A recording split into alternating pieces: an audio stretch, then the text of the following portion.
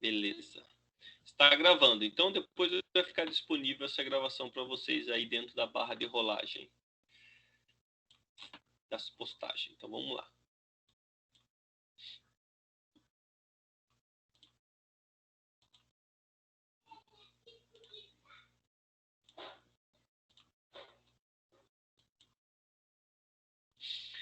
Alguém pode dar um alô se vocês estão vendo a tela compartilhada aí?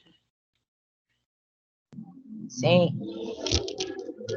Beleza. Obrigado. Olha só, pessoal, esse foi um primeiro exercício que a gente resolveu, tá?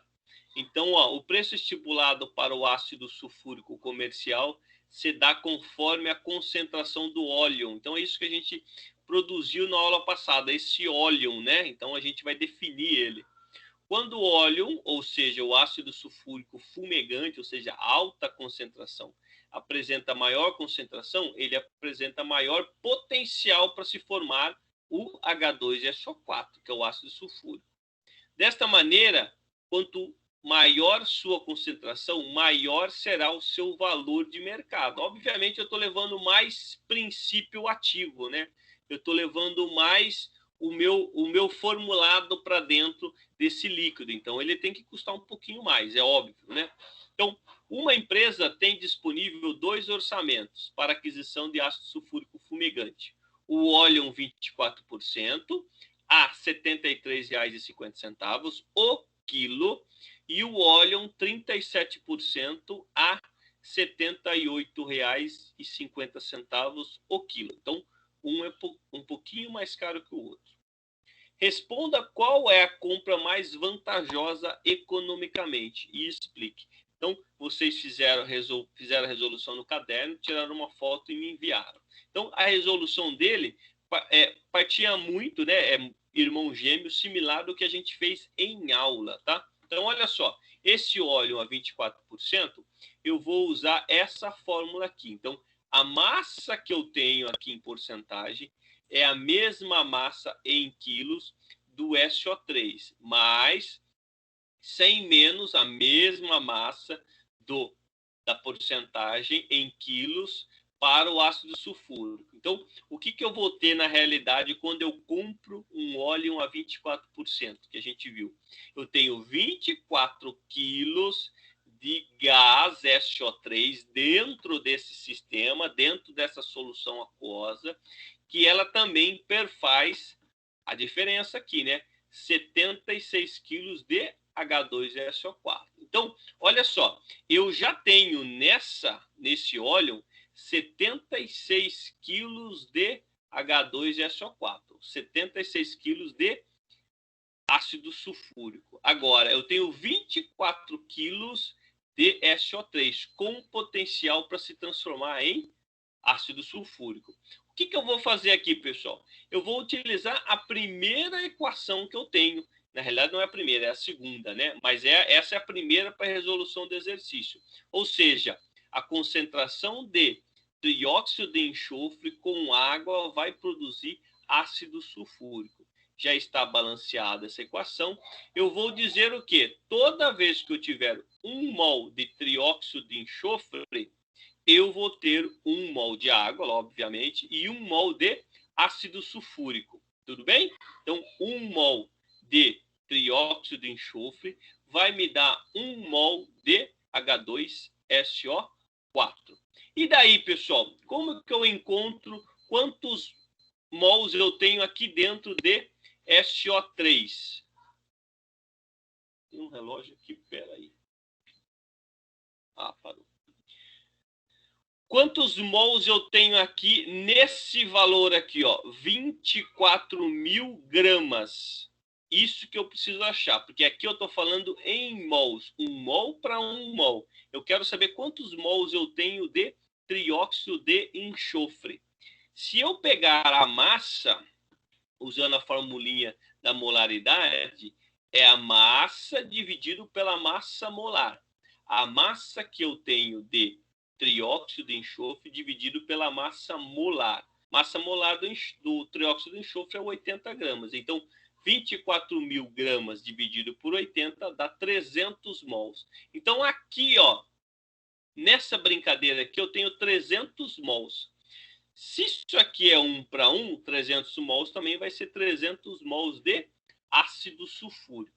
Agora é a minha pergunta.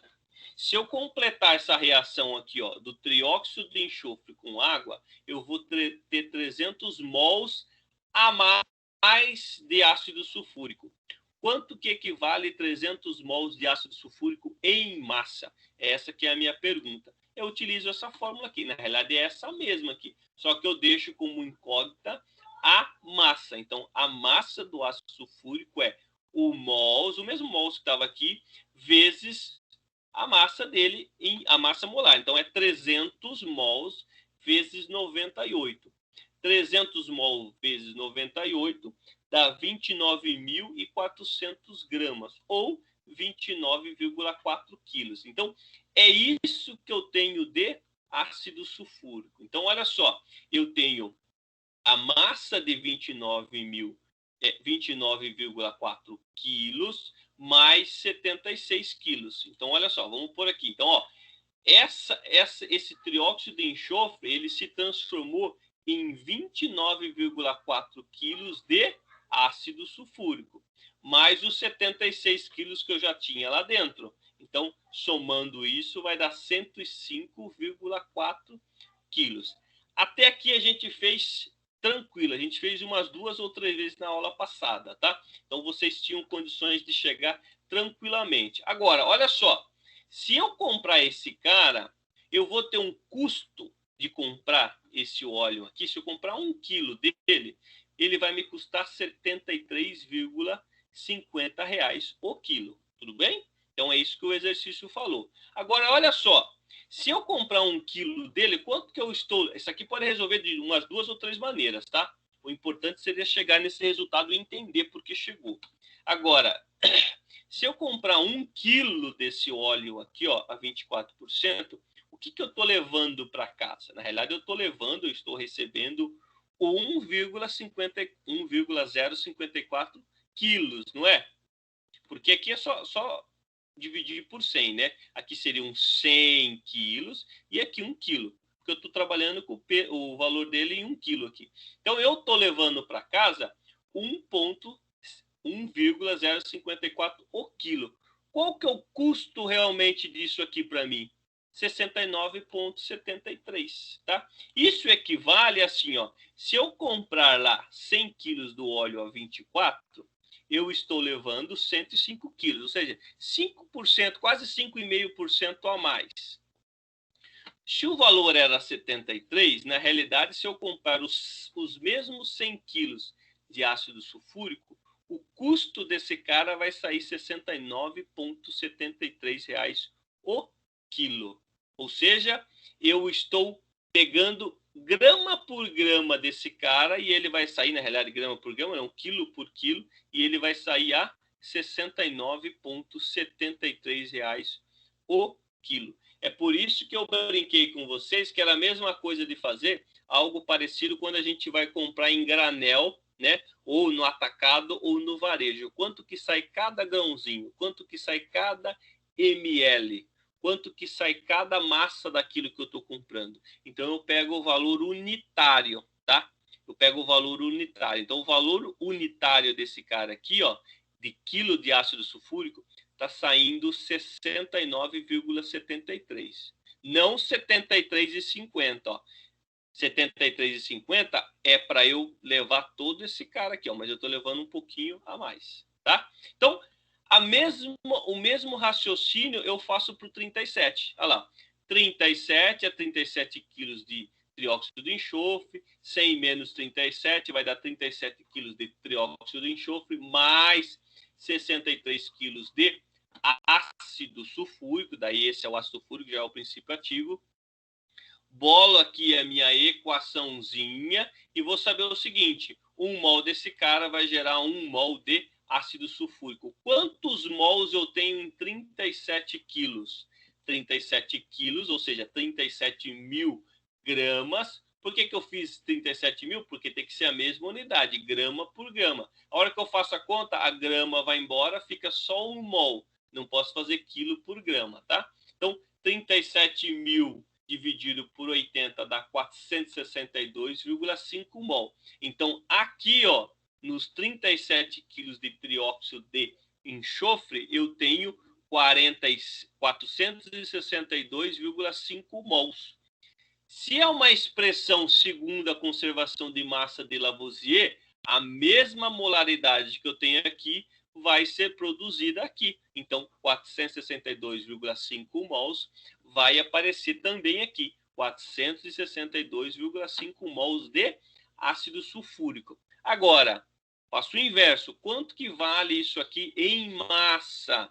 Uso essa fórmula aqui. A massa de ácido sulfúrico é a molaridade, ou seja, o número de mols, a quantidade de matéria, vezes a massa molar. Veja, a massa molar do ácido sulfúrico, 98. Então, isso vai me dar 462,5 vezes 98, vai me dar 45.325, que é a mesma coisa que 45,3 quilos. Então, olha só, 45.325 quilos de ácido sulfúrico formado originário do SO3, mais 63 quilos de ácido sulfúrico já formado. Isso me dá, olha só, 108,3 quilos. Obviamente, né? Eu tenho mais aqui dentro. Vai dar mais do que os 24% do case anterior. Agora, o custo dele é maior, né?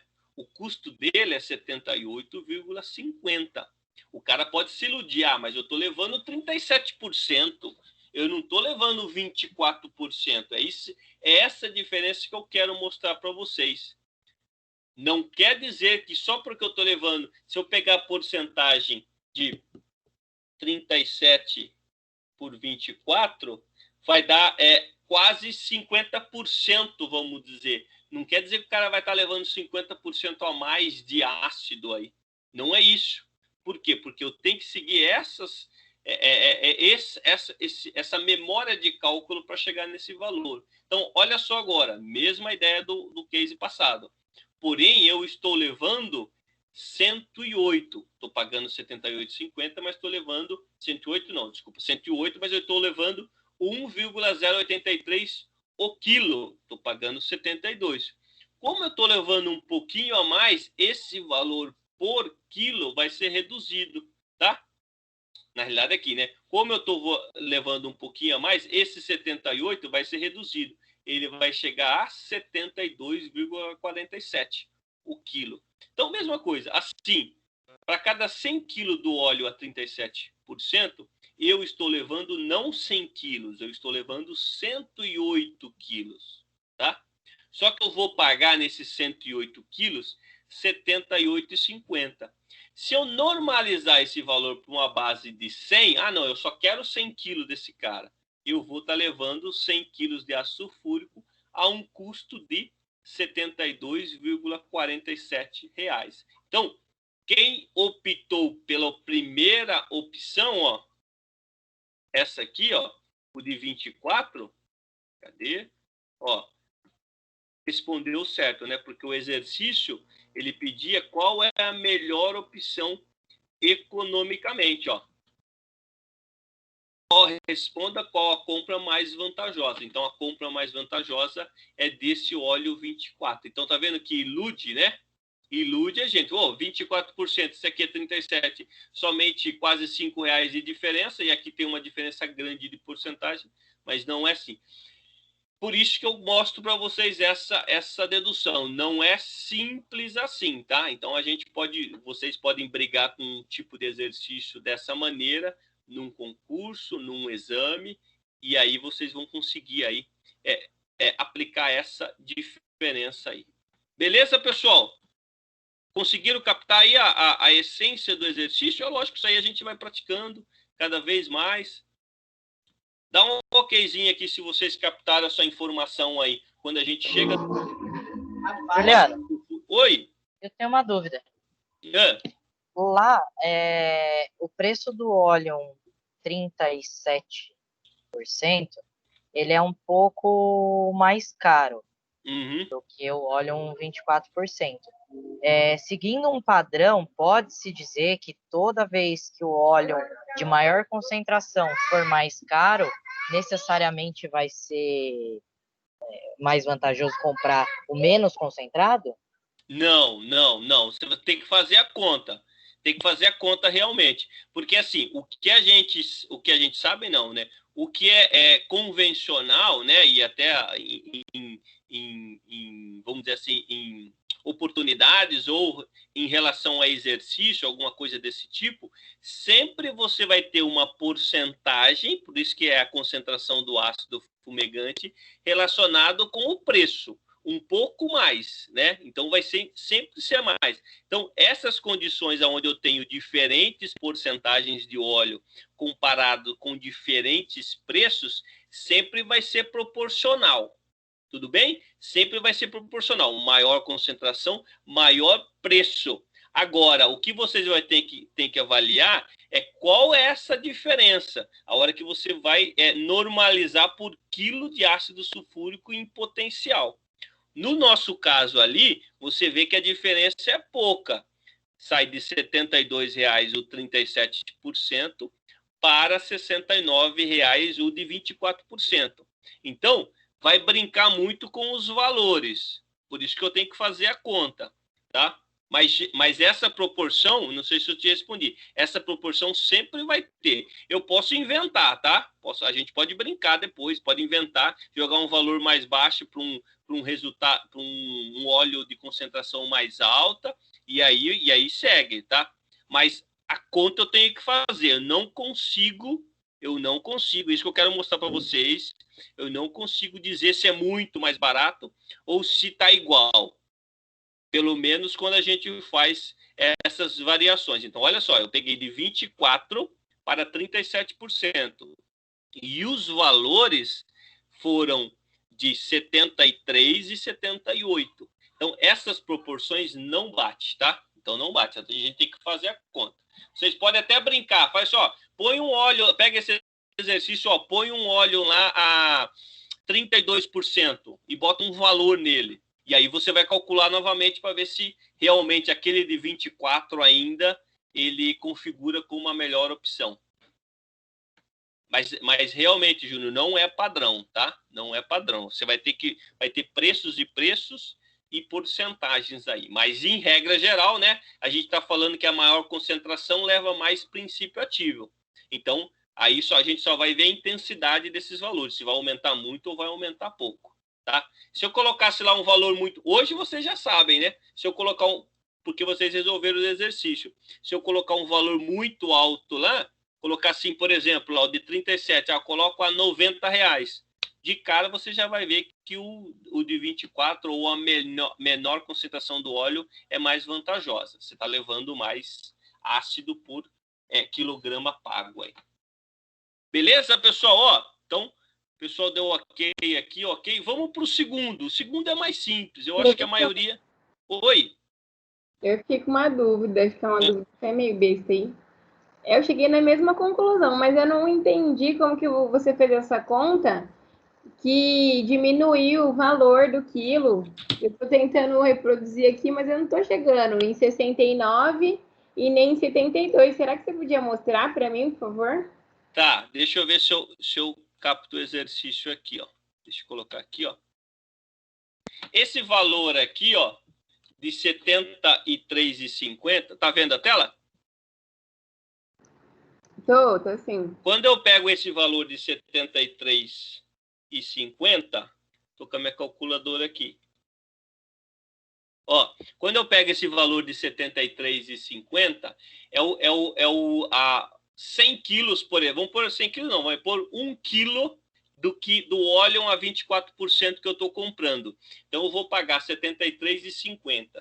Se eu considerar que eu estou levando não um quilo, né? O quilo que eu estou comprando, mas eu estou levando 105 ou 1,05 quilogramas de potencial ácido, é a conta que eu faço. Então, ó, eu faço 73,50 dividido por 1,054. E aí ele vai dar 69,73. Então, eu não estou pagando R$ 73,50 o quilo. Eu estou pagando R$ 69,73 o quilo. Entendeu? Então, o cálculo que você faz aí, depois você pode até... É o que eu chamo de estudar, né? Aí você vai estudar essa equação aqui. A conta que eu fiz é você pega o valor integral, R$ 73,50, dividido por 105,4. Se nós, olha só, se nós fizéssemos assim, ó, 73,50 dividido por 1, que é 1 quilo que eu estou levando, eu não preciso fazer a conta, né? Eu vou pagar 73,50, normal. Agora, eu estou levando 1,05 kg, né? 1,54 kg. Então, eu não estou pagando R$ 73,50, eu estou pagando somente R$ 69. Vamos melhorar ainda essa diferença. Imaginamos que nessa conta aqui, ó,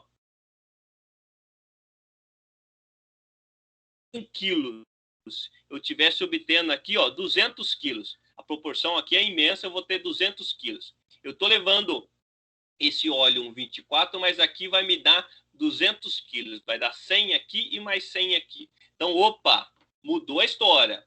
A um custo de R$ 73,50, mesma coisa. Eu vou pegar esse 73 e vou dividir por 200. Quanto que ele vai sair? Ele vai sair a metade do preço. Não vai sair, ó, 73,5 dividido por 2. Ele vai sair a R$ 36,75 o quilo. Eu estou pagando 1 e estou levando 2, não é? E para outra conta, você faz do mesmo jeito. Deixa eu ver quem que tinha perguntado aqui. A Vitória. Conseguiu captar, Vitória? Consegui, professor. Obrigado. Entendi. É essa conta. Existem outros que a gente chama de memória de cálculo, né? Existem outras maneiras de chegar nesse resultado. Mas sempre quando eu tenho um valor, eu divido pela massa, ou pelo volume, ou pelo número que eu estou levando. Então, se eu estou levando uma unidade só, estou pagando R$1, é R$1 a unidade. Se eu estou levando 2 unidades, estou pagando R$1, eu pego esse R$1 e divido por 2. Opa, então está saindo por 50 centavos. E assim vai, tá? Assim sucessivamente para qualquer coisa que vocês forem comprar aí. Dividir pelo valor da unidade.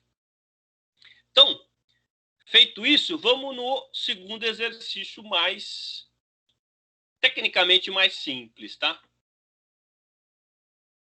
Então, ó, o ácido sulfúrico é bastante usado em processos industriais e está presente nas baterias de carro. Só contou uma historinha aí, um blá blá blá pra gente. Estabeleça uma previsão de quantos quilos de ácido sulfúrico são produzidos a partir da reação representada abaixo, onde são usados 6 toneladas de dióxido de enxofre. Em seguida, calcule o rendimento dessa reação, sabendo que 7,7 toneladas de ácido sulfúrico foram produzidos. Então, pessoal, olha só. Toda vez, vocês são químicos, igual eu.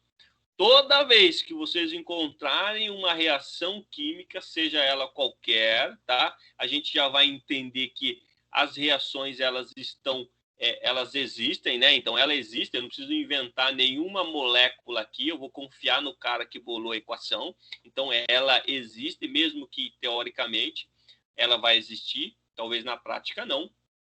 E aí, vocês como químico, nós vamos dizer o seguinte: uma reação química, ela deve ser transformada em uma equação química. O que é equação química? É balancear esse cara. Então, veja só, essa equação aqui, ó, ela não está balanceada. Um enxofre, 4, 5 oxigênios, aqui eu só tenho 4. Já identifiquei que ela não está balanceada. Então, eu tenho que fazer, por tentativa, o balanceamento dela, tá? Então, se aqui eu já tenho 5 oxigênio, se eu colocar 1 aqui, vai ficar do mesmo jeito. Na realidade, o 1 já está aqui. Então, eu vou pôr 2.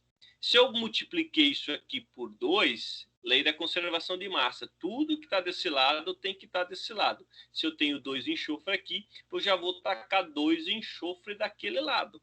E agora, pessoal, como que ficou essa brincadeira aí? Então, 2 enxofre, hidrogênio 2, hidrogênio 4 aqui. Opa, então já vou ter que mexer aqui também. Hidrogênio 4, hidrogênio 4. Não mexi no enxofre, beleza. E o oxigênio? 2 vezes 2, 4, com 2, 8. Desculpa, 2 vezes 2, 4, com 2, 6, com 2, 8, né? Aqui é como se tivesse 1. Esse é o índice eu não mexo. Então, eu tenho 8 desse lado, 2 vezes 4, 8. Então, ó, primeiro passo para a gente resolver qualquer exercício sobre estequiometria química, balanço de massa, balanço de energia, cálculo estequiométrico é balancear uma equação. Agora sim, balanceei a equação. O que eu vou fazer? Eu vou utilizar as molaridades para fazer o cálculo. Então, o que essa equação está me dizendo? 2 mols de dióxido de enxofre vai reagir com 1 mol de oxigênio, com 2 mols de água, vai me dar 2 mols de ácido sulfúrico, tá? Então, agora eu coloco as massas molares desse cara aqui, ó. Então, ó, 64 é a massa molar do dióxido de enxofre. Bom, da onde que veio 64? 2 vezes 16 mais 32 aqui, tá? Só que é 2 vezes, então é 2 vezes 64. Então já boto 128. Aqui, mesma coisa. Massa molar do ácido sulfúrico é 98, só que é 2 vezes. Então, cadê o... 2 vezes, 196. Assustei agora aqui. 196. Então, toda vez que eu tiver 128 gramas de dióxido de enxofre entrando nessa reação, eu vou produzir 196 gramas de ácido sulfúrico. Aí fica fácil, tá? Se 128 produz 196, então olha só, eu tenho uma comunicação assim na vertical e tenho uma comunicação assim na horizontal. Essa comunicação na horizontal, aqui, eu chamo de lei de conservação de massa. Dessa maneira aqui na vertical, é a lei de Proust, que é a lei das proporções. Então, olha só, se eu tenho 128, vai produzir 196. Quanto ele está falando que está entrando no sistema? 6 toneladas. Só que eu não posso jogar tonelada aqui, né? Tem que ser a mesma unidade. Então, eu jogo o quê? 6 milhões de gramas, tá? 6 milhões de gramas é 6 toneladas. Então, 1.000 quilos, 1.000 tonelada. 1.000 quilos, 1.000 tonelada, tá?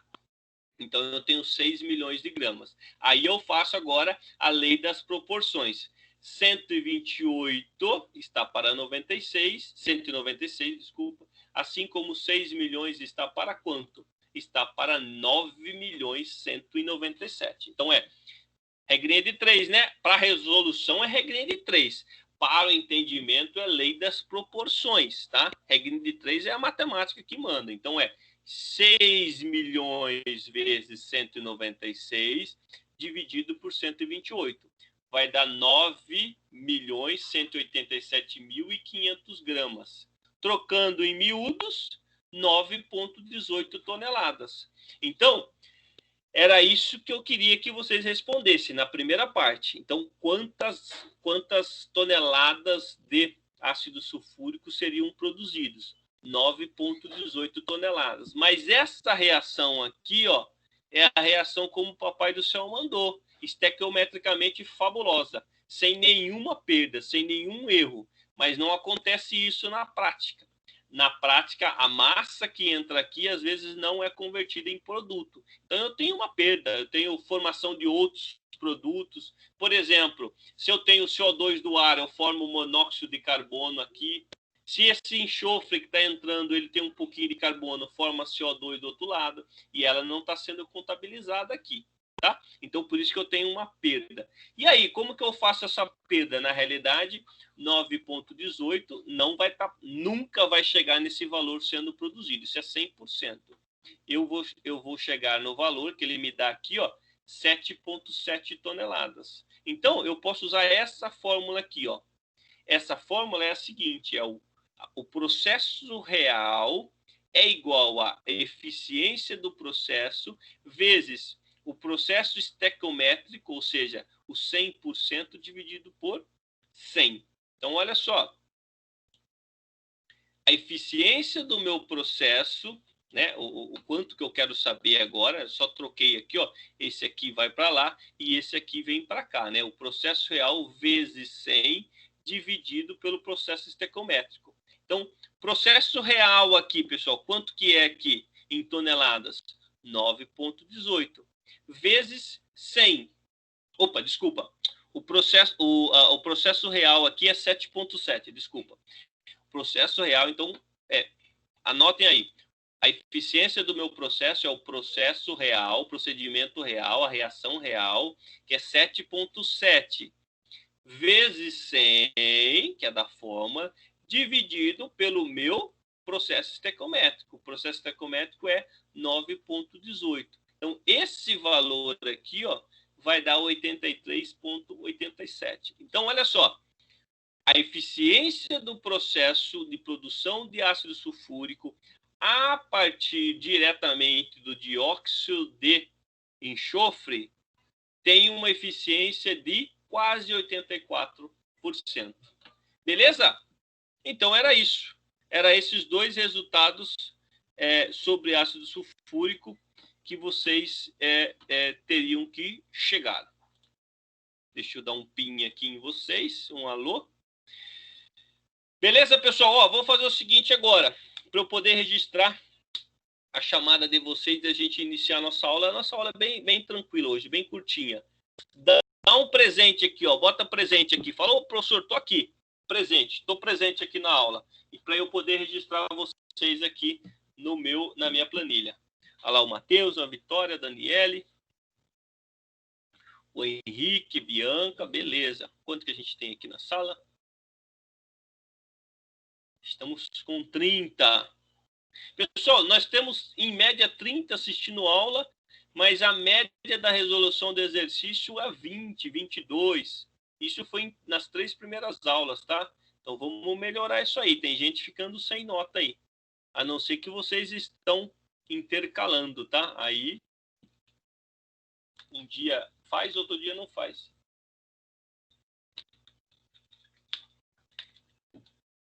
Então vamos lá. Beleza? Todo mundo presente. Coloca presente aqui, senão não vai ter a chamada, hein? E lembra que a chamada é importante. Importante para eu considerar lá no final. O cara faltou um ponto aqui, mas participou de todas as aulas. Interagiu. Tá. Esse cara passou comigo legal. Não tem estresse. Pessoal, olha só. Bem tranquilo aqui, ó. Produção do ácido clorídrico, tá? Costumo dizer, ó, da água do mar ao cano de PVC, tá? Então, o mesmo cloro que eu tenho na sopa do mar, né, na água salgada, na solução salina, eu vou produzir um PVC, um polímero, um policloreto de vinila. Vocês sabiam disso?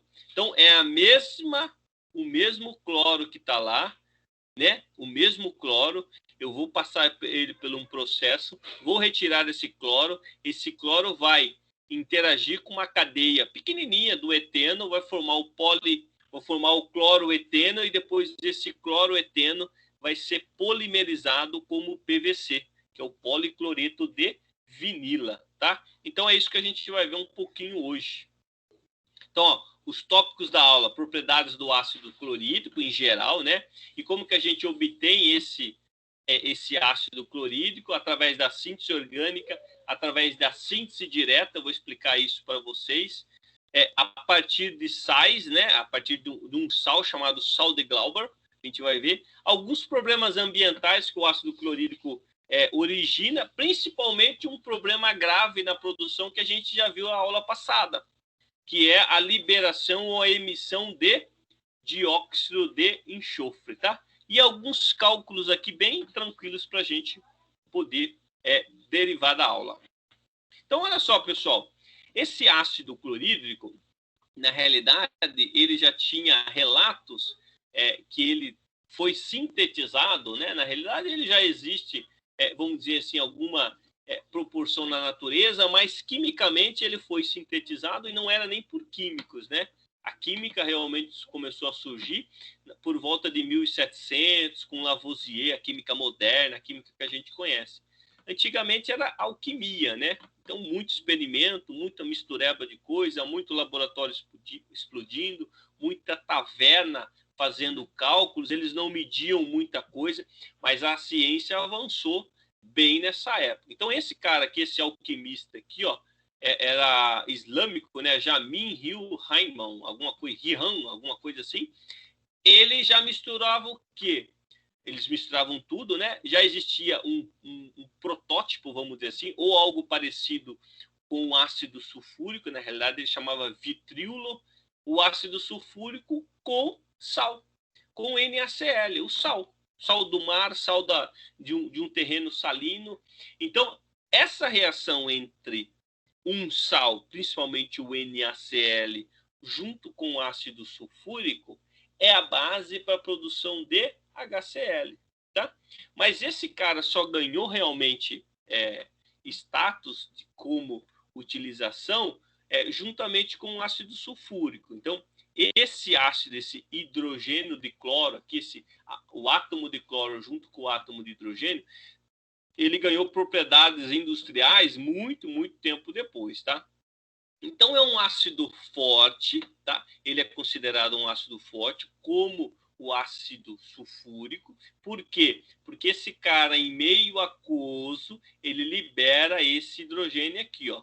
E o H+, é que dá o potencial ácido, né? Então, quando eu tenho muito H+ no meu meio, esse H+ vai diminuir a escala de pH. Então, por que isso? Porque ele é feito de uma ligação covalente. Então, aqui, ó, o HCl é feito de uma ligação covalente entre o hidrogênio e o cloro. O cloro precisa de um elétron para ficar estável e o hidrogênio precisa de um elétron para ficar estável. Então, eles se ligam. Então, lembra que eu já comentei com vocês? O hidrogênio, o cloro, eles só existem daquela maneirinha, nessa figurinha aqui, ó, cloro e hidrogênio, lá na tabela periódica. Na natureza, na vida real, eles estão ligados, tá? Então, o cloro sempre vai vir em cloro 2, cloro molecular. Se ele está reativo, ou seja, o cloro reativo, que a gente chama, é o cloro, com uma carguinha aqui em cima, aqui, ó, tá? Com uma carguinha aqui em cima, esse cloro, ele vai reagir rapidamente, tá? Ele virou um íon, ele virou, na realidade, um ânion, né? Ele precisa de um elétron aí para fazer uma ligação química rapidamente. E daí, essa molécula aqui, ó, ela é um dipolo, tá? Então, ela tem um polo positivo e um polo negativo. É isso que vai fazer as ligações. Por isso que ele é altamente utilizado na indústria, porque é um polo potente, vai reagir com muitas, muitas coisas, tal como a água.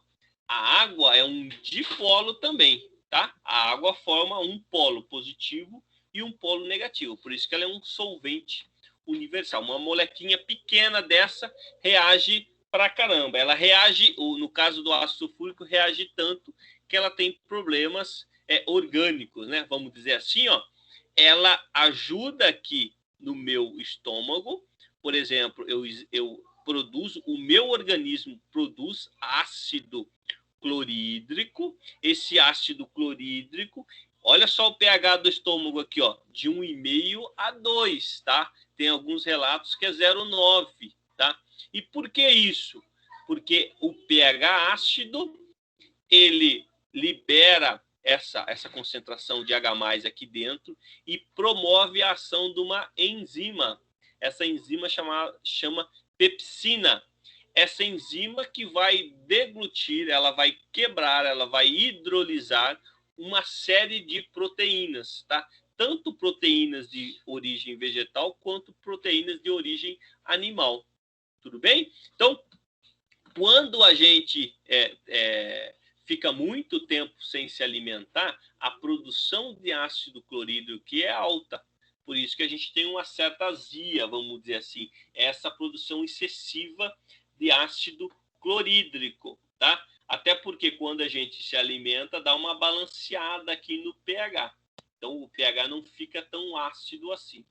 Quando eu tenho uma azia, eu tenho que tomar o quê? Alguns compostos, como o sonrisal, que vai promover a ação aqui do ácido clorídrico e vai neutralizar com essa substância que eu estou fazendo a ingestão, que seria uma base. Tá? Então, aqui tem só uma ilustração mostrando para vocês como é diferente os pHs, né? Ó, em média 7 aqui, bem perto da nossa laringe, aqui, né? Perto do esôfago.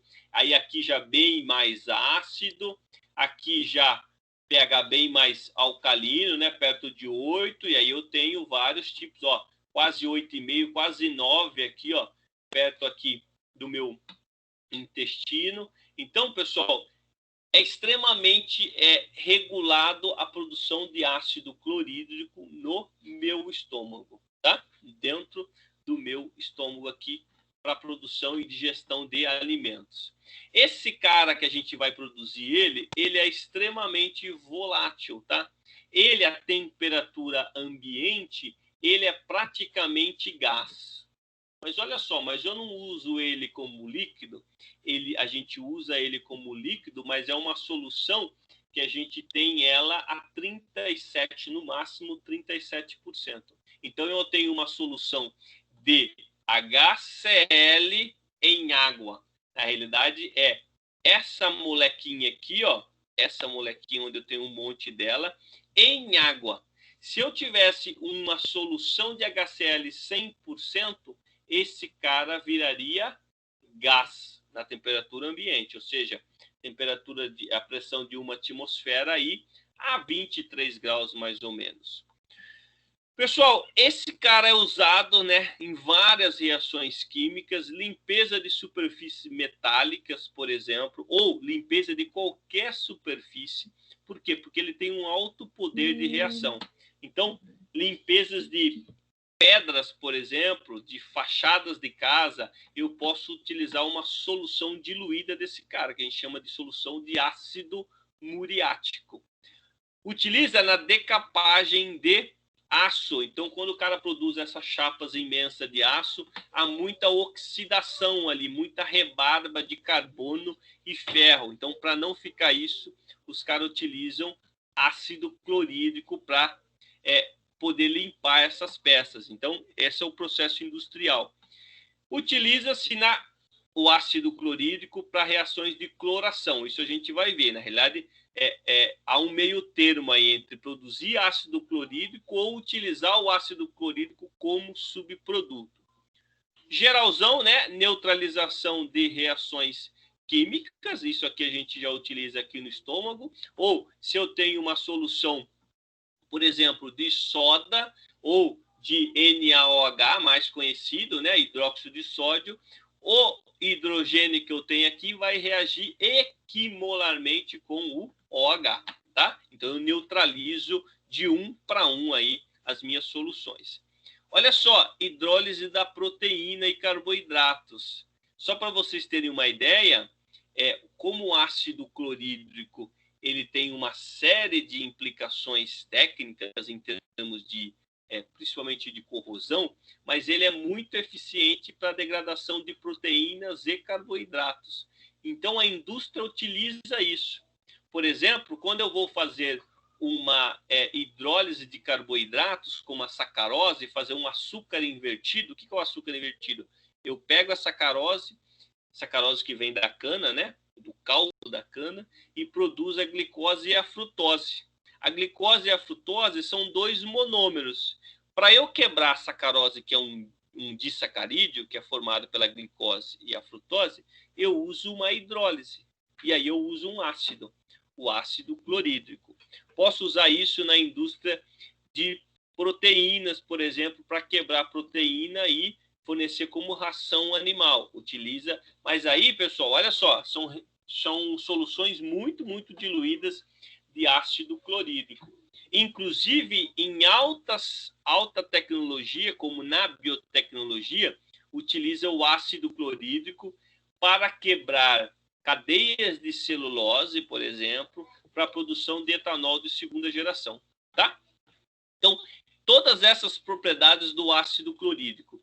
E daí, como que a gente produz esse cara aí? Como que a gente produz? A produção de ácido clorídrico, na realidade, eu faço uma solução. Essa solução é o cloreto de hidrogênio que eu falei para vocês. São moléculas de HCl em água. Eu não produzo comercialmente. Eu não produzo o ácido clorídrico 100%. Eu produzo uma solução que contém, solução aquosa, que contém cloreto de hidrogênio. E aí, pessoal, a matéria-prima nossa aqui é átomos de hidrogênio e átomos de cloro. E da onde que vem esses caras? O hidrogênio está aí na natureza, ó, H2, gás. E o cloro também. Só que o cloro ele pode vir na forma de Cl2 ou pode vir na forma do mar, como eu falei para vocês, do cloro que tem na água do mar, da solução salina, da salmoura. Então vamos ver esses 4 métodos aqui, ó. 4 métodos de obtenção do HCl. A partir de um sal, que a gente fala esse nome complicado aqui, ó, argives, ou a partir de um sal que eu vou chamar sal de Glauber, aí esse aqui é um cara, esse aqui eu não consegui encontrar, é um processo na realidade. Esse aqui é um físico-químico alemão, tá? Então a gente vai contar um pouquinho sobre ele. Depois, 4 jeitos, ó. Esse sal aqui tem problemas ambientais, a gente vai discutir um pouquinho. O sal de Glauber, reações de combustão do hidrogênio molecular junto com o cloro molecular e cloração de hidrocarbonetos. Praticamente, pessoal, a gente utiliza esses 3 métodos aqui, ó, tá? Mas muito pouco esse e esses 2 aqui altamente utilizados. Então, o que o mercado fornece para nós, no máximo, não que seja da Cint, mas de uma marca mais, nada contra a Cint, né? Mas uma marca mais comercial, uma marca de pureza, eu tenho uma solução de no máximo 37%, que a gente chama de fumegante, ou seja, alta concentração. Pô, alta concentração 37 quem já mexeu com ácido clorídrico, a hora que você abre esse frasco, mesmo que ele tiver uma temperatura ambiente, você já tem um vapor muito alto de ácido clorídrico saindo dali. Ali não é água, pessoal. A água fica no frasco. Eu tenho ali, na realidade, moléculas de HCl indo pro espaço, altamente corrosivo. E daí? Se ele é a molécula de HCl, pessoal. A molécula de HCl, quando ela encontra qualquer meio que tenha água, ou seja, a minha pele, a minha mucosa, qualquer peça que contenha água, o que vai acontecer? Vai dissociar em cloro e hidrogênio. E aí é esse hidrogênio, ou seja, o H+, dissociado, que vai promover a degradação ácida daquele material, daquela pele, do que seja, tá? Então, ó, as soluções aquosas de HCl com concentrações de aproximadamente 37%.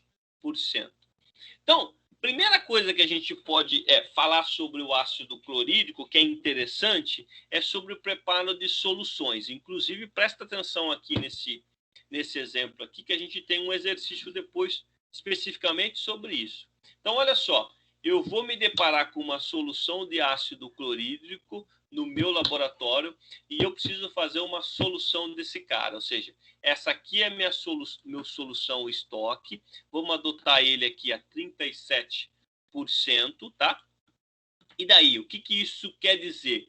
Isso quer dizer o seguinte, pessoal, HCl, toda vez que eu tiver um mol desse cara, o que é um mol? Um mol é um montão de moléculas, é isso que quer dizer. Um mol é um montão de moléculas. Quantas moléculas? 6,02 vezes 10 a 23 moléculas.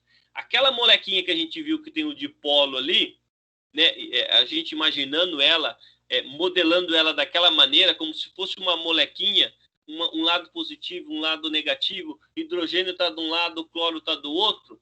Na realidade, é uma molécula diatômica, tem geometria ali linear. Toda vez que eu tiver um mol desse cara, eu tenho essa porrada de molécula.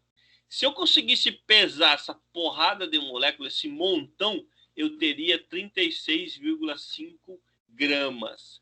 Então, se você falar para o seu estagiário, cara, vai lá e pesa não um mol desse cara aqui, mas um mol de HCl, se ele tivesse purinho, eu teria 36,5 gramas. Igual da água. A água não é H2O? H2O, 1 mol de água equivale a 18 gramas. Então, vamos tomar, vou acabar de tomar aqui agora, vou tomar 1 mol de água, vou tomar 18 ml. É isso que é 1 mol de uma substância. Então, olha só, se eu falo para vocês, ó, precisamos preparar 1 litro de uma solução a 0,3 mol por litro. Presta atenção aqui, ó, 0,3 mol por litro. Aqui eu tenho 1 mol, essa é a minha raiz. Eu preciso preparar, ou seja, quase 3 não, né? Quase 30% desse valor aqui, ó, 0,3 mol por litro. Então, presta atenção aqui para equacionar. Nunca mais vocês vão errar isso. Existe um monte de forma para fazer isso. Eu não gosto de trabalhar com forma. Eu gosto de ver o entendimento aqui, ó. Então, ó, toda vez que eu tiver uma molécula, no caso HCl, vai me dizer que tem 36,5 gramas. Só lembrando da onde que veio esse 36,5 gramas, massa atômica de cada um. Está lá na tabela periódica. Ninguém precisa saber isso. Precisa só pesquisar. 35,5 mais 1. 35,5 é a massa atômica do cloro. Está lá na tabelinha. Ele junto com o hidrogênio, ele vai dar 36,5. Então, toda vez que eu tiver 36,5 de HCl, eu vou ter 1 mol. E se eu tiver esse cara em 1000 ml, ou seja, aqui é maiúsculo, tá? L maiúsculo, bota aqui. O senhor errou aqui. Toda vez que eu tiver essa massa de 36,5 gramas em 1 litro, eu tenho 1 mol por litro. Beleza?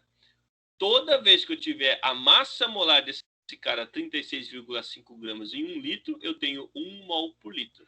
Como eu estou preparando 1 litro, eu vou manter essa mesma base aqui. Agora, ele quer o quê? Né? Ele quer 0,3 mol por litro. Então, eu vou manter o mesmo litro. Eu quero saber quanto que é em massa 0,3 mols. Lei das proporções. 36 está para 1, assim como 0,3 está para X. X vai dar 10,95. É 30% disso aqui, né? Quase. Se fosse 0,33, uma dízima aqui.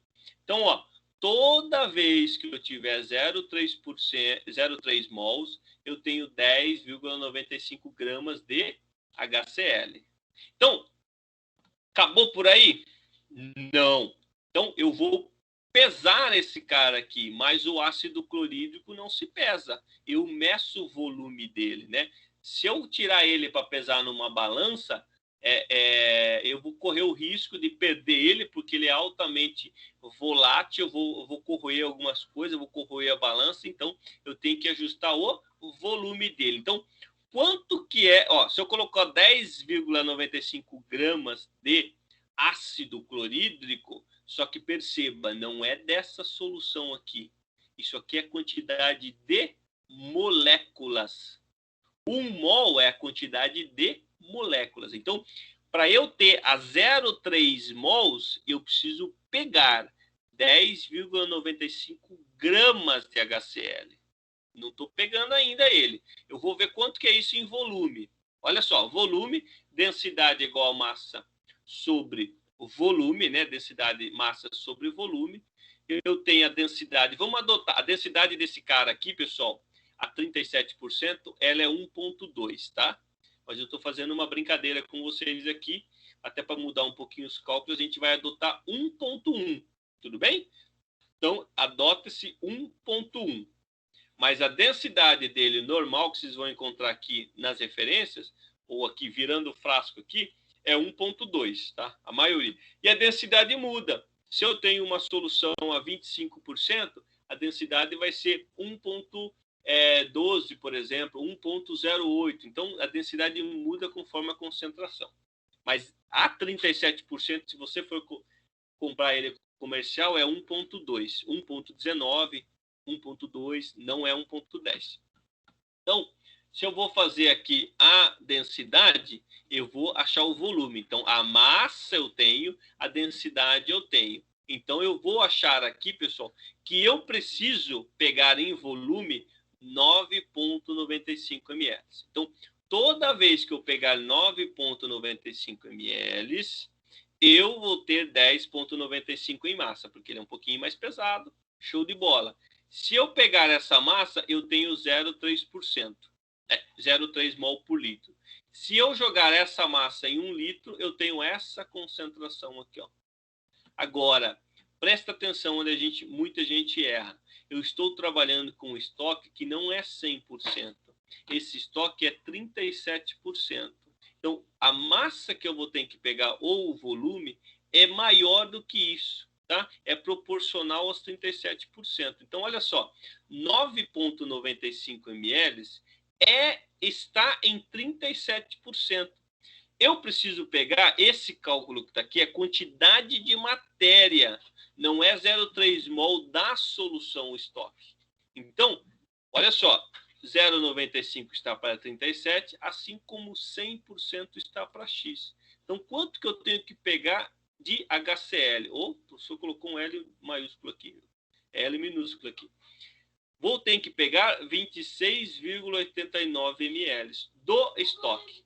Então, perceba, quando eu faço a alíquota de 26,89 ml dessa solução, eu estou levando para a minha garrafa, aonde eu vou completar o volume para 1 litro, essa solução vai ter 0,3 mol por litro.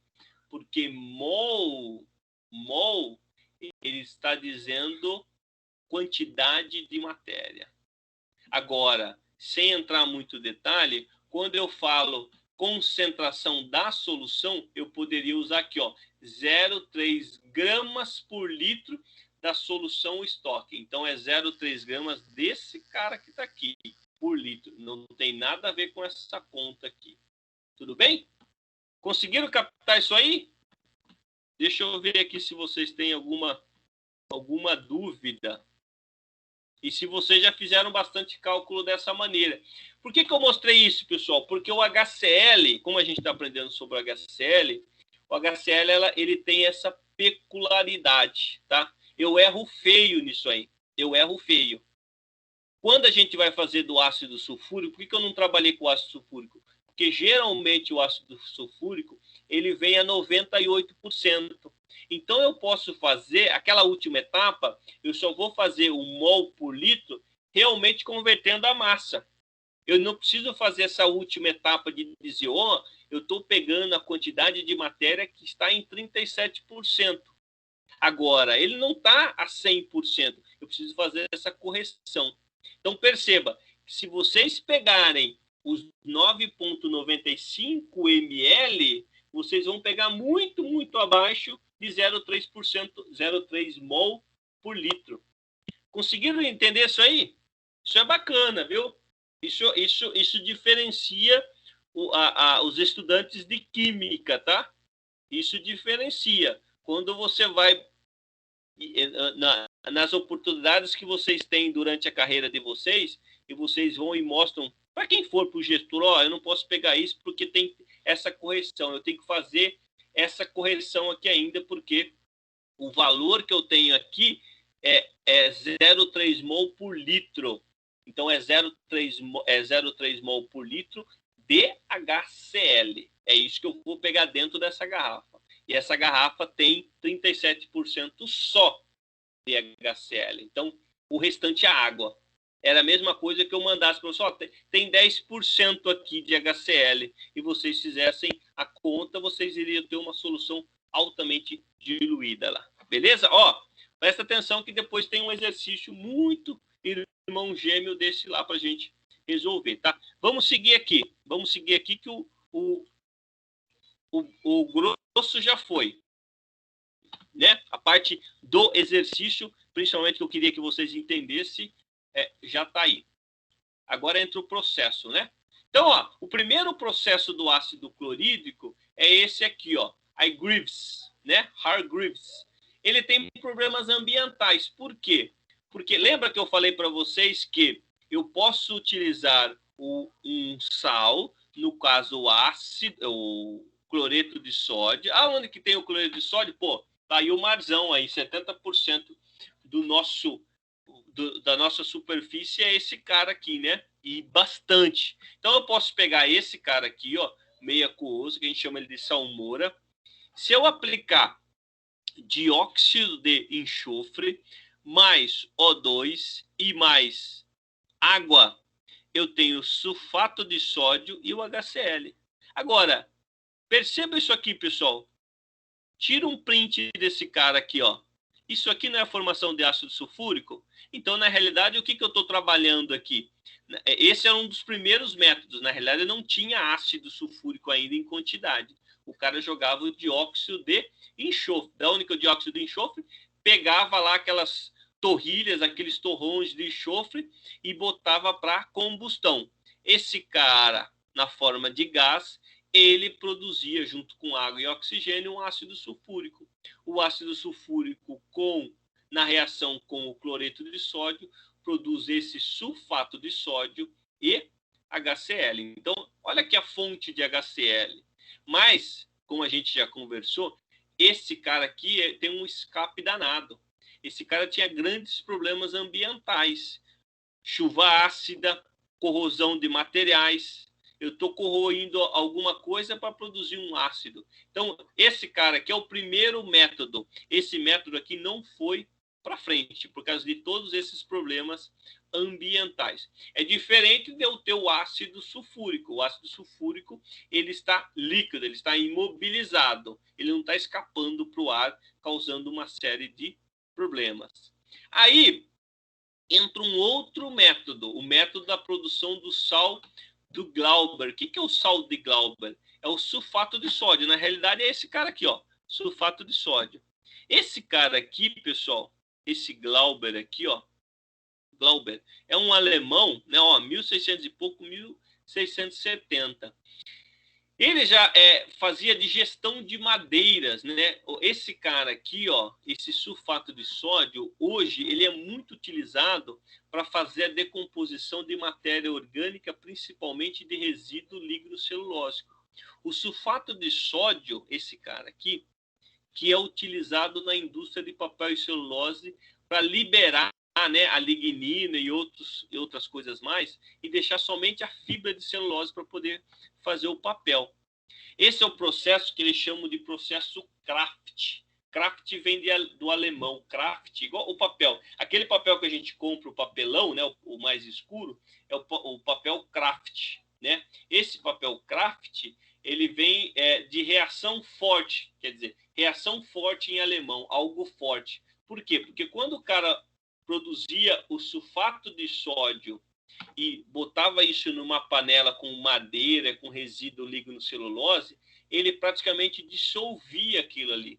E é isso que a indústria de papel faz. Ele pega a tora de eucalipto, bota numa solução que eles chamam de licor, esse licor tem muito sulfato de sódio, e ela detona toda a lignina. Na realidade, ela faz uma dissolução da lignina, deixa só a celulose, que é a fibra de celulose. Então, foi uma das primeiras aplicações desse sulfato de sódio.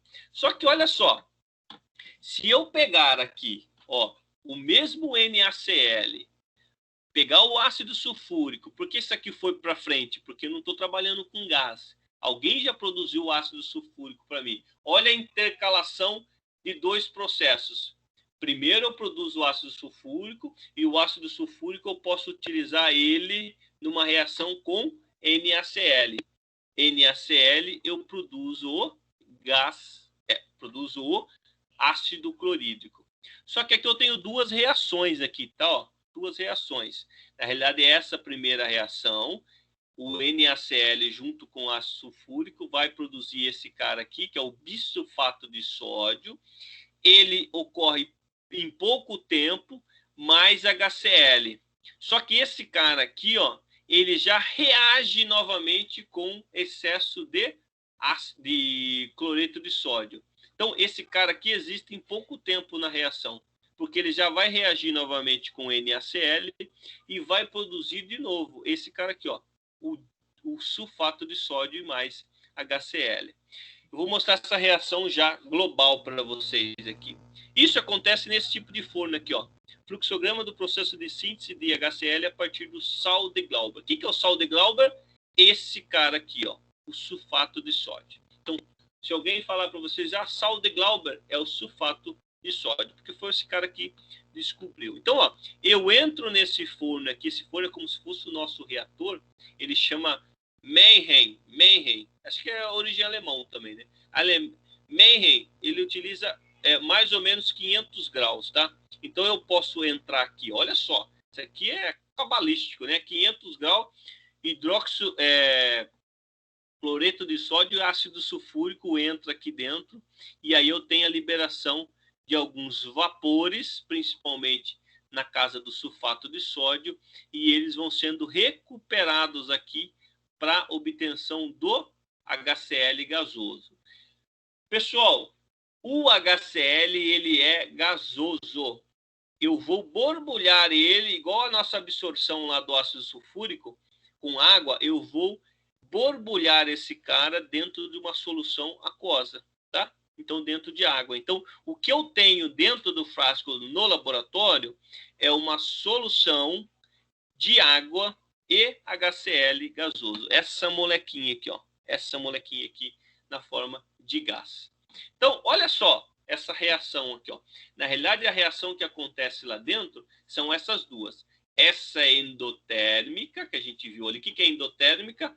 Ela precisa de um pouco de energia para acontecer. É óbvio. Está dentro de um forno a 500 graus. É uma reação altamente endotérmica.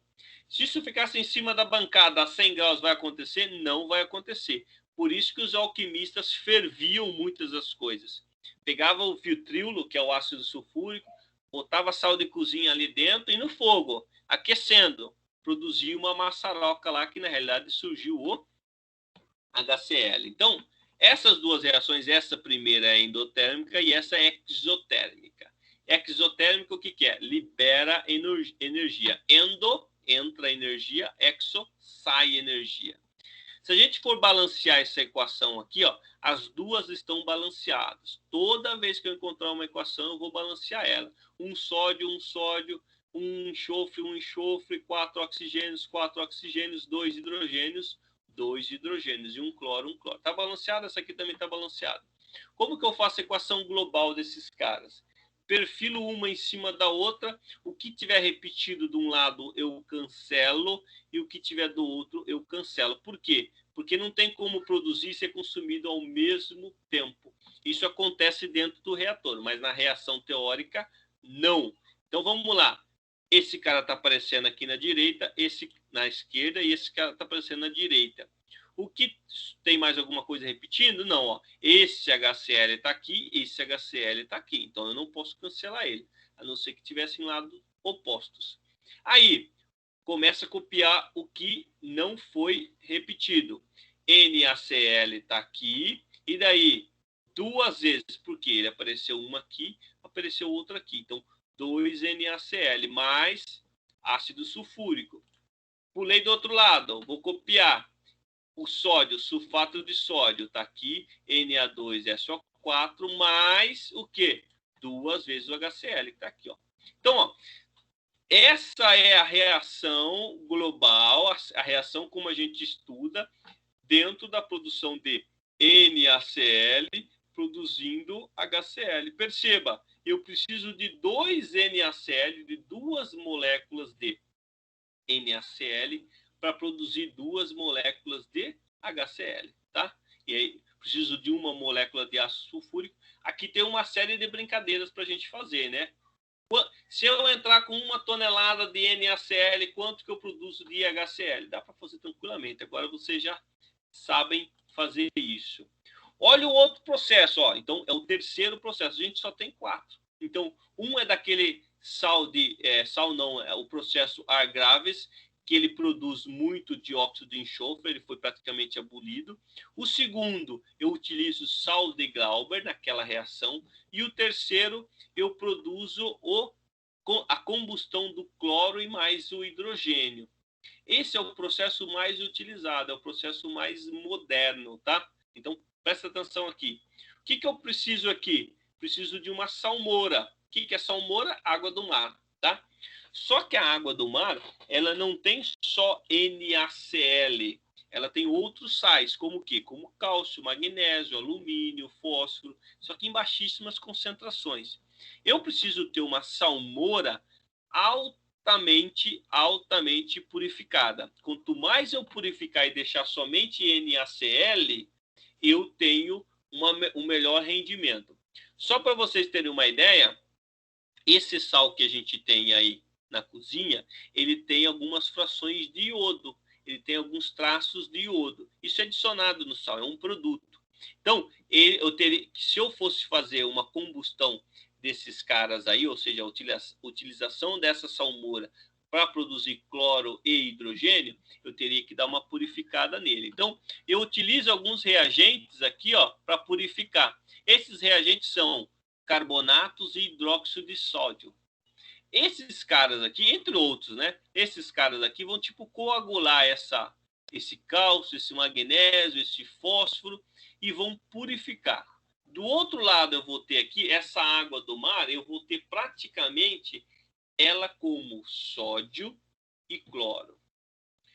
Pessoal, o sódio e o cloro em meio aquoso, praticamente eles são íons, tá? Eles são íons. Eu não tenho o cloro 2 lá na salmoura. Eu tenho o cloro com a carguinha negativa ali em cima. Eu tenho o sódio com a carguinha positiva. Eu tenho íons lá dentro.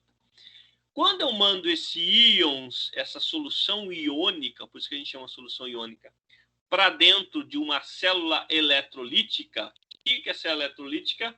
Eu tenho uma bateria aqui, eu mando cargas negativas para cá e desse lado eu tenho um polo positivo.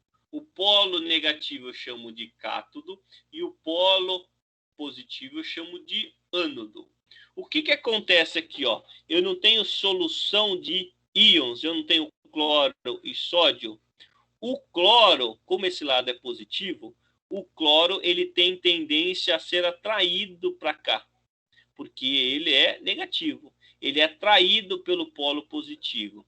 Começa a concentrar tão grande aqui a concentração, ó, de cloro, eles começam a ficar um do ladinho do outro, que eles fazem uma ligação. Esse cloro não está precisando de uma ligação para ele ficar estável? Ele está doido, ele está batendo ali dentro do pino aqui, ó.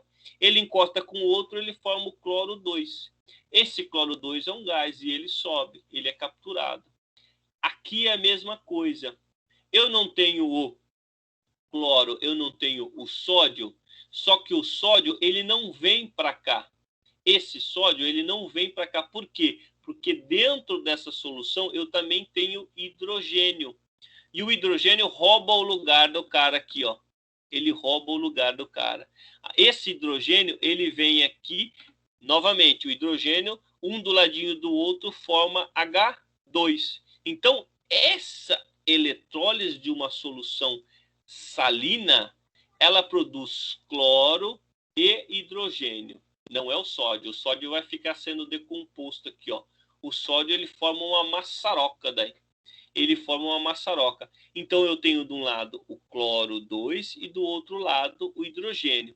O que acontece? Ó, então, esse desenho aqui, ó, vocês não lembram lá do ensino médio, né? A eletrólise da água. Se eu tenho só água, aí de um lado eu tenho hidrogênio, do outro lado eu tenho oxigênio. Eletrólise da água, quebra da água, produz H2 e O2. Agora, aqui eu tenho um sal. E esse sal tem a preferência aqui do cloro e do hidrogênio. Então, essa figura está aqui, ó. O que vai acontecer aqui? Eu vou sair com 2 gás. Eu vou sair com o gás cloro aqui embaixo e com o gás hidrogênio. Eu vou mandar esses 2 caras para um forno e vou fazer a combustão dele. Então, vai fazer uma reação de combustão entre o cloro e o hidrogênio. Entre o cloro que eu tirei da salmoura e o hidrogênio que eu tirei praticamente da água, né? Esse hidrogênio ele veio da água, tá? Então eu tiro esses 2 e mando para esse forno. O que acontece ali? Os 2 estão pertinho, alta energia, eles formam um HCl, formam uma molécula de HCl, até porque a atração desses caras aqui, esse aqui é altamente negativo, esse é altamente positivo. Eletronegatividade da molécula. E vai formar, né? Vai formar o HCl. Olha só como está balanceado. Então, toda vez que eu entrar com uma molécula de cloro, cloro 2, eu vou ter uma molécula de H2. Forma duas molequinhas, duas menininhas de HCl. Show, pessoal? Vamos para o nosso quarto e último quesito. Deixa eu ver se vocês estão ligados aí, para a gente ir para a nossa saideira, né? Hoje, sexta-feira, dá para tomar uma saideira, né? Praticamente está finalizando a aula aqui, pessoal. Depois a gente fica só com exercício. Conseguiram captar esse último processo? Esse é o mais usual, tá? Então, é isso que vocês vão encontrar por aí em termos de produção de HCl. Quando alguém fala, como que produz o HCl? Você fala, opa, pega-se uma salmoura, uma água com muito NaCl, eu mando isso aí para uma cuba eletrolítica. O que é cuba eletrolítica? Eu vou separar entre hidrogênio, que é o H2, e o cloro. Mas e o sódio que está lá? Não, o sódio ele não compete no eletrodo. Quem compete no eletrodo é o hidrogênio, na parte eletrodo negativo, e o cloro no eletrodo positivo. Aí lembrando, né? O hidrogênio tem aquela carguinha a mais, ele é um cátion. Toda vez que tiver um cara negativo com ele vai abraçar. E o cloro é um cara negativo, tá lá a carguinha negativa. Toda vez que ele vê um cara positivo, ele vai abraçar. E aí formou os dois, eu vou formar o hidrogênio molecular, H2, e vou formar o cloro 2. Esses caras vão subir na forma de gás e eu boto esses dois dentro de um forno. Aquele forno lá. Aí o que vai acontecer? Por isso que eles falam que é a combustão do gás H2 e combustão do gás Cl2. E aí eles formam o HCl, tá bom? Show de bola aqui, pessoal tá antenado aí. Ó, vamos aqui para o nosso último e derradeiro processo, né? Produção de ácido clorídrico pelo processo de cloração de hidrocarbonetos. Aqui, pessoal, aqui especificamente, o produto não é o HCl. Olha que interessante. O produto não é o HCl. O produto aqui é um hidrocarboneto, tá? Um hidrocarboneto clorado. O subproduto é HCl. Então, presta atenção nessa reação. A gente chama na reação de hidrocarbonetos, a gente chama de halogenação. O que é a halogenação? É pegar uma cadeia carbônica, independente do tamanho dela, pequena ou grande, cadeia carbônica, né? Carbono, carbono, carbono, hidrogênio. Eu vou lá e taco uma reação, logicamente que muitas vezes tem um catalisador, tem uma temperatura adequada, tem um reator. Eu vou e faço com que ele absorva um cloro. Então, presta atenção aqui, ó. A halogenação, por quê? Porque eu posso trabalhar com o cloro, posso trabalhar com o iodo, posso trabalhar com o bromo e posso trabalhar com o flúor. São aqueles elementos da coluna 7. Por que coluna 7, professor? Porque eles têm 7 elétrons na camada de valência. Eles precisam fazer uma única ligação. O bromo, o cloro, o iodo e o flúor, tá? Então, quem que é esse cara aqui, ó?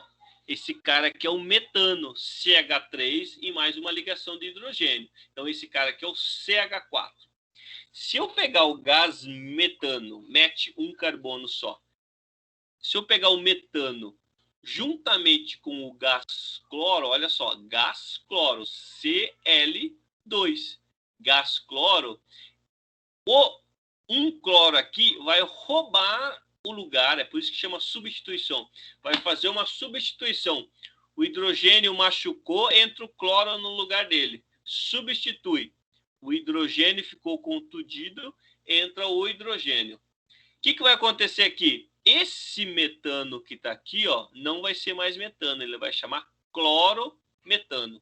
Então, o hidrogênio que estava aqui foi substituído pelo cloro. Só que daí o hidrogênio fala, não, eu vou jogar no outro time. Vou jogar lá, no time do cloro. E aí ele faz uma ligação com o cloro. Então eu produzo, olha só, estequiometricamente eu produzo o cloro, metano e mais o HCl. O que a indústria, praticamente isso aqui é a indústria do petróleo. A gente vai um pouquinho de química orgânica lá, uma ou outra aula. O que a indústria está produzindo? Ele está produzindo esse clorometano aqui, ó. O clorometano é o produto. O HCl é um subproduto. Ah, quer usar? Beleza. Se eu não utilizar isso, entra em outro processo. Qual que é o outro processo? Essa aqui, ó. Empresas realizam a hidrólise desse cara aqui, de novo, passa por uma hidrólise, para produzir de novamente o gás H2 e o cloro. Aí sim eu tenho um processo autossustentável. Porque perceba, ó, eu utilizo, faço clorometano, produzo um HCl, faço a hidrólise dele e produzo o cloro 2. O cloro 2 volta aqui, ó. Então eu não tenho perda de HCl. Eu não tenho, na realidade, o mercado de HCl não é grande para essas estruturas, até porque isso aqui é de alta pureza, tá? Então, resumindo, eu tenho um alcano, que é uma derivação de hidrocarbonetos. Eu posso produzir um aleto orgânico, que é esse cara aqui. E o subproduto é o HCl. Veja esse cara aqui, ó. Esse cara aqui é o benzeno, anel aromático, C6H6. Aquele benzeno, aquele anelzinho aromático com duplas ligações alternadas que vocês já viram várias vezes. Se eu fizer uma cloração dele, ou seja, botar cloro na estrutura dele, eu vou formar o cloro benzeno mais HCl. Todo elemento que você colocar aqui de hidrocarboneto, ele vai ser substituído pelo cloro, tá? E aí eu tenho esse cloro, eu produzo o HCl, mas é um subproduto. Aí, pessoal, a gente tem um exemplo aqui, ó. Olha só. A reação do propano com cloro gasoso em presença de luz, às vezes até tem catalisador aqui, produz dois compostos monoclorados. Dois compostos monoclorados. Então, ó, 1, 2, 3, propano mais cloro produziu esse cara aqui, ó, 1, 2, 3 mais o cloro. Então, esse aqui é o cloropropano, tá? E daí, olha só, esse pegou nessa posição aqui e esse cara aqui veio nessa posição aqui, ó. Perceba, eu só tenho duas maneiras de colocar o cloro aqui. Uma ela vai vir nesse carbono da ponta e outra ela vai vir aqui. Por quê? Porque se ela vier aqui, ó, é o mesmo desse aqui. A molécula é tridimensional, tá? Então, eu produzo só dois compostos. Por que são só dois compostos? Que a gente chama de isômeros. Então, eu não acerto a posição. Onde tiver a posição de cloro, ele vai entrar. Então, ele produz o quê? Um clorometano nessa posição e o outro clorometano nessa posição. Mais o quê? Mais 2 HCl. Então, ó, na reação do cloro gasoso, não é mais o propano, é o 2,2 dimetilbutano. Em presença de luz, qual é o número de compostos monoclorados que podem ser formados? Presta atenção aqui agora que tem um exercício muito parecido com esse aqui que vocês vão resolver. Em 5 minutos eu termino a aula aqui e a gente vai trabalhar esse exercício aí. Olha só. A molécula que ele vai colocar aqui como alcano é o 2,2 dimetilbutano. Perceba, pessoal, vocês quando for resolver o exercício, eu vou dar um nome para vocês, eu vou mostrar lá. Então vocês dão uma buscadinha como que é a estrutura desse cara. Não precisa saber colocar o nome dele aqui, porque isso não é química orgânica, embora vocês já tiveram química orgânica, né? Acho que é no 2º ou 3º semestre aí. Então, tenta lembrar lá, senão vai buscar como que é a estrutura dele. Então, a estrutura desse cara é essa aqui, ó. Então, ó, 1, 2, 3, 4, butano. Aí, no carbono 2, que é esse aqui, ó, 1, 2, eu tenho 2 dimetil. 1 metil, 1 metil. Metil é o radical. Aí, esse 2,2 de metilbutano mais cloro, na presença de luz, é isso que ele está dizendo, vai me dar um composto aqui, ó, um composto com cloro. Então, aqui, independente da quantidade de cloro que eu tenha aqui, vai ser substituído. Um hidrogênio que vai sair daqui, ó, vai entrar um cloro. Mas só isso? Não, eu vou formar mais um composto. Olha o cloro aqui, ó. Vou formar mais um composto. Vou formar esse. Aonde o hidrogênio está entrando aqui, ó. Vai entrar aqui agora, ó. Nessa posição aqui. Perceba, aqui está normal. Então, eu vou alocando as posições. Pode formar mais um composto? Posso formar mais um composto, ó. Então, o butano, os dois de metil. Mas onde ele vai entrar? Ó? No da ponta agora, nesse aqui. Há mais possibilidades? Não. Por quê? Porque se eu colocar, ó, é só na cadeia principal. Se eu colocar, por exemplo, aqui, vai ser o mesmo desse, ó. O mesmo desse. Se eu colocar para cima, é o mesmo desse aqui. Se eu colocar para cima, é o mesmo desse. Então, quais são as possibilidades de eu pegar o 2,2 de metilbutano junto com cloro e produzir os compostos clorados? Existem 3 possibilidades. Essa e essa. Agora, fechou o balanço? Não. Eu tenho 1, 2, 3 cloros. Aqui eu tenho só 2. Na realidade, ele vai produzir o quê? O HCl.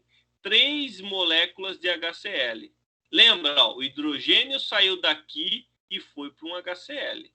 Porque sobrou HCl aqui, ó, o Cl aqui é 2. Eu entro um aqui, vem um para cá. Saiu o hidrogênio, ele vem para cá. Então, se aqui eu tenho 3 HCl, aqui eu só posso ter 3 vezes a molécula. Se eu tenho 3 desse cara, ó, eu tenho uma molécula só aqui. Lei da conservação de massa. E aqui eu tenho 3, aqui vai vir 3 também. Então, 3 moléculas dessa, com 3 moléculas dessa, vão produzir esse isômero, esse isômero, esse isômero e mais 3 moléculas de HCl. Tá balanceado? Tá balanceado. Ó, 3 HCl mais 3 Cl mais 3 Cls vão dar 6. Aqui que ele está dizendo. Tá faltando um hidrogênio aqui, é esse hidrogênio que está aqui, ó. 3 hidrogênios que está faltando em cada molécula aí. Beleza, pessoal? Ô, professor. Oi. Então, eu só queria confirmar uma coisa. Então, não tem chance da molécula de cloro ela se juntar com um carbono que pertence à ramificação, apenas carbono da cadeia principal. Isso. Essas são as possibilidades, até por força da cadeia ali. Ele vai perder esse hidrogênio.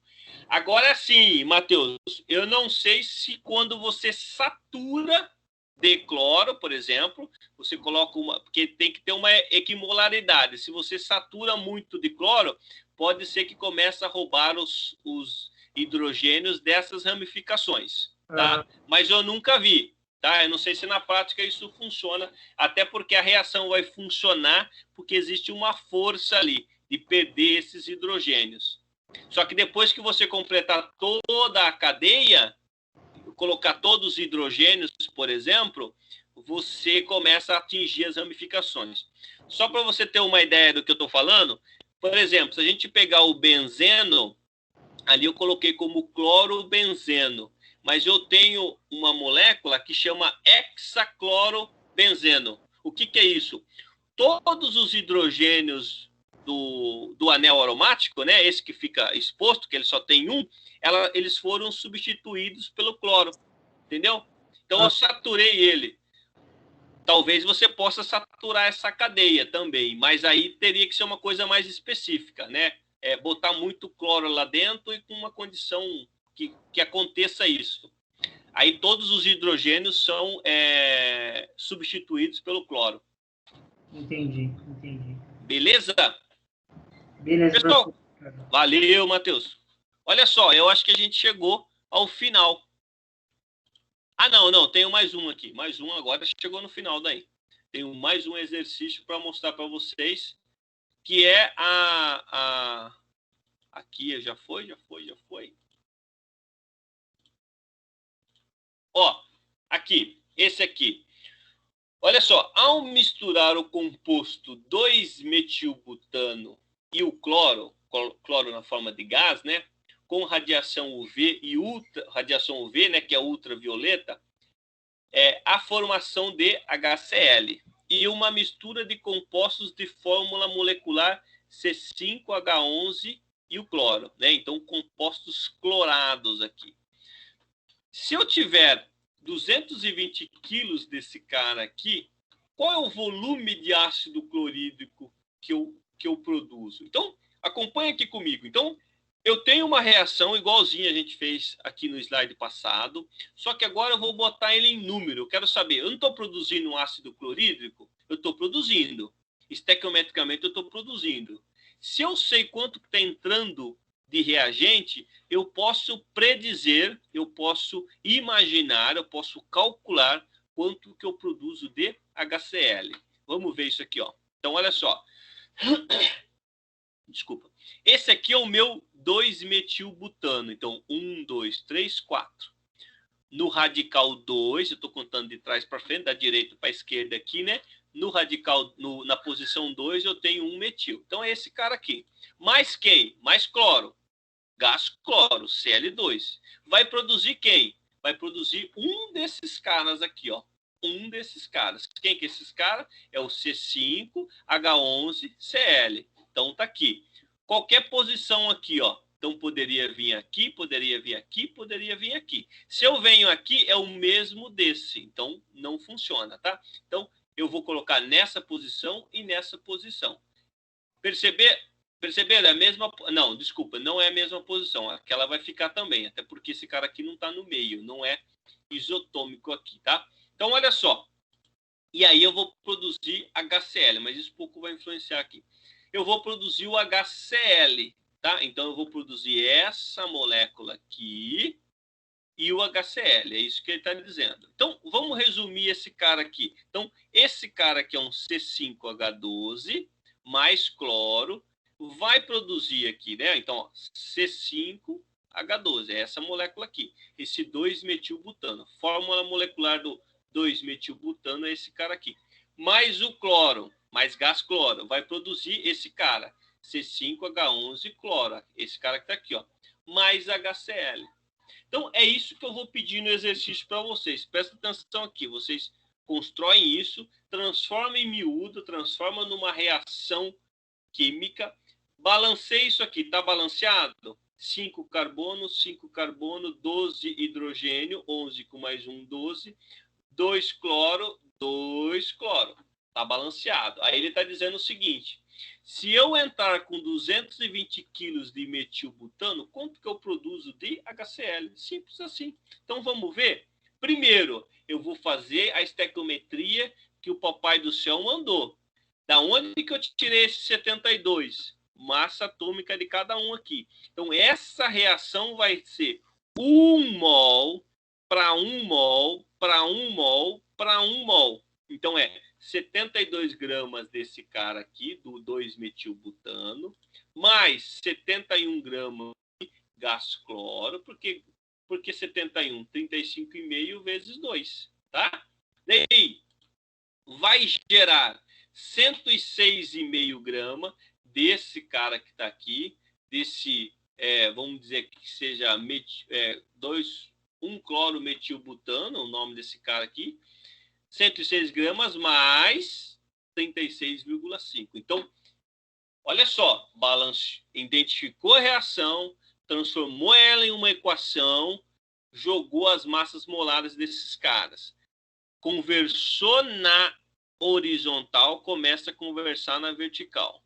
Agora, olha só, o cara está perguntando, e se eu jogar, eu já sei que se eu utilizar 72 gramas de 2-metilbutano nessa reação, eu produzo 36,5 gramas de HCl, massa, né? Agora, e se eu entrar com 220 quilos? Então, vamos por aqui. 220 quilos é 220 gramas. 220 mil gramas, tá? 220 quilos é 220 mil gramas. Então, grama para grama aqui. Então, eu vou obter quanto de HCl? 111.527,7 gramas. Regrinha de 3 aqui para resolver, mas é lei das proporções. 72 está para 36, assim como 220 mil gramas, que é os 220 quilos, está para 111.527 gramas. Beleza, mas é a massa que eu quero de HCl? Se fosse a massa, tá perfeito. Não, só converto aqui para litro. 111, vamos transformar em quilo, né? 111,52 quilos. Uso a fórmula da densidade. Vamos adotar a densidade desse cara de novo. A densidade, como eu não sei, eu estou adotando 1,10, tá? Poderia ser 1,20, até mais, mas vamos adotar 1,10. Então, densidade eu tenho, massa eu tenho, eu quero saber o volume. Então, volume em litros, olha só. Olha aqui, ó, quilogramas por litro. Se eu estou trabalhando com quilogramas aqui, eu já converto em quilogramas por litro. Aí eu vou ter a massa em quilogramas e o volume em litros. Então, substituindo esses valores, eu vou ter 101,38 litros. Então, se alguém chegar para vocês e perguntar, se eu entrar com 220 quilos dessa matéria-prima aqui, nessa produção de HCl, qual é o volume de HCl? Esse aqui, pessoal, não é o volume da minha solução comercial, tá? É o volume de HCl, do gás. Se esse gás for borbulhado dentro de uma solução aquosa, eu vou produzir os meus 37, 38, 40, quanto vocês quiserem da porcentagem de ácido clorídrico. Então, só para vocês terem uma ideia, se isso aqui for borbulhado em 100 litros de água, vamos arredondar aqui, vamos fazer uma conta grossa, eu tenho uma solução de 50% de ácido clorídrico comercial, tá? Beleza, pessoal? Então, era isso que eu tinha para falar para vocês. Os dois exercícios que estão disponíveis para vocês resolver até as 10h30. Muito, muito simples, tá? Na reação orgânica de síntese do ácido clorídrico, a partir de 32 quilos de propano e cloro molecular. Qual é o volume de HCl produzido? Então, eu vou fazer uma reação do meu propano, juntamente com o cloro 2, vai produzir o quê? Vai produzir um composto que vai entrar o cloro e o HCl. É só balancear a equação e fazer o quê? A estequiometria. E o segundo? O segundo é aquele comecinho da aula que a gente fez. O ácido clorídrico HCl, conhecido comercialmente como ácido muriático, é usado no refino do minério de estanho. Historinha, blá, blá, blá. Comercialmente, ele pode ser adquirido com uma solução de 37% e densidade 1,10 gramas por ml a 20 graus Celsius. Eu quero saber qual é o volume necessário da solução estoque para preparar 1 litro de solução com concentração de 0,125 mol por litro. Então, eu tenho uma solução estoque, que ela está a 37%, a densidade dela é 1,10. Eu quero preparar 1 litro, mas não é aquele 0,3 mol por litro, é 0,125 mol por litro. Quanto que eu vou precisar da minha solução estoque, tá? Simples assim, pessoal. Então, tudo embasado na aula que a gente fez aí agora. Então, vamos correr lá. Deixa eu parar aqui para a gente finalizar aqui. Eu vou disponibilizar esse material, vou colocar ele em PDF, né? Já vou disponibilizar ele agora, nesse exato momento para vocês. Vou disponibilizar nesse exato momento, vocês correm lá e façam o exercício, tá? Eu vou só tomar uma água, mas vai ficar aberto aqui o chat, pode escrever aqui no chat, que eu fico até às 10h30 com vocês. Lembrando, esse exercício só fica aberto até as 10h30, tá? Então, pega aí o papel, vamos colocar lá. Não precisa tirar foto agora. Agora é só para vocês colocarem a resposta de vocês lá dentro, tá?